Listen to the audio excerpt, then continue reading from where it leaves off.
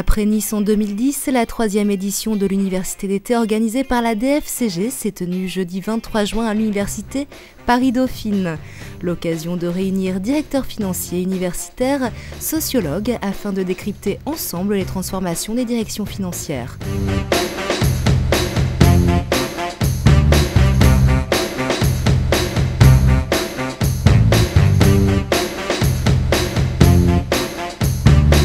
Très curieusement, dans une époque où on fait de plus en plus de choses, au fond, on réalise de plus en plus et on a de plus en plus le sentiment de tout ce qu'on ne fera jamais. Des changements que l'on retrouve également chez le directeur financier. On voit aussi que le directeur financier, c'est vraiment celui qui fait, en fait, il a gagné beaucoup de pouvoir, c'est vraiment celui qui arrive à faire le lien finalement entre des langages qui sont assez différents, un langage interne de gestion avec les entités opérationnelles, un langage externe qui va permettre de communiquer au marché financier. Et donc finalement, il est assez fédérateur, il est assez chef d'orchestre et du coup aussi son profil a évolué en conséquence. Une majorité de nos clients nous demandent aujourd'hui d'identifier et de recruter des véritables business partners. Donc des personnes capables de pouvoir à la fois manager des gens, mais également de pouvoir accompagner le changement dans l'entreprise au sein de la perception de la direction financière. Cette évolution des fonctions et des compétences modifie l'organisation des directions financières. Les organisations des directeurs financiers ont changé elles-mêmes, notamment du fait de la crise. Donc il y a plus en plus d'informations dispersées et on demande des temps d'accès à l'information de plus en plus rapides, avec des coûts, bien sûr, de moins en moins importants.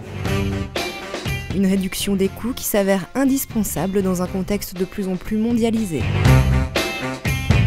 Je crois que pour s'adapter à la globalisation, d'abord, il faut à la fois des process, donc s'appuyer sur les historiques, et à la fois pouvoir libérer les initiatives exploratoires.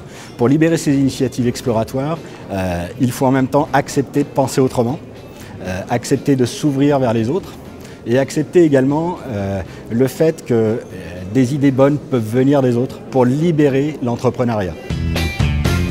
À ces questions s'ajoute la nécessaire prise en compte des préoccupations sociales et environnementales.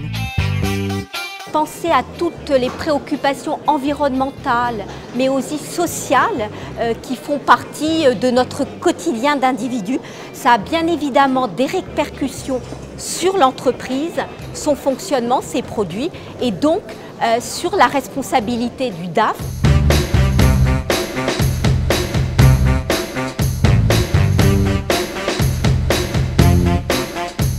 Nous avons souhaité prolonger le fil des universités précédentes en prolongeant la réflexion, en associant des chercheurs et des directeurs financiers sur des problématiques qui concernent le métier et surtout la façon dont le métier va évoluer dans le futur. C'était intéressant, convivial, un grand moment de partage et de rencontre de ses pairs.